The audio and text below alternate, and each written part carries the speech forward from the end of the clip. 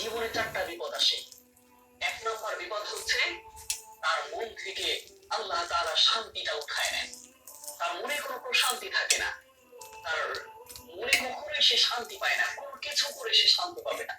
তার মন থেকে সমস্ত শখ শান্তি আল্লাহ তাআলা উঠায় নেন। দুই নম্বর হচ্ছে তার জীবন থেকে আল্লাহ তাআলা সবচেয়ে প্রিয় জিনিসটা কেড়ে নেন। যদি মনে কোনো প্রশান্তি থাকে না, তার মনে কখনোই সে শান্তি পায় না, কোন কিছু করে সে শান্তি পাবে না। আর মন থেকে সমস্ত শখ শান্তি আল্লাহ তাআলা উঠায় নেন। দুই নম্বর হচ্ছে তার জীবন থেকে আল্লাহ তাআলা সবচেয়ে প্রিয় জিনিসটা কেড়ে নেন।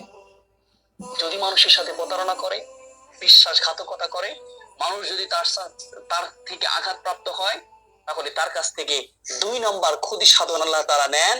তার জীবন থেকে সবচেয়ে প্রিয় জিনিস কোনটা, সেটা তার জীবন থেকে কেড়ে নেন, সেটা তার জীবন থেকে হারিয়ে যায়। সেটা কখনোই সে বুঝতেই পারে না যে আমার সবচেয়ে প্রিয় জিনিসটা আমার কাছ থেকে হারিয়ে যায়।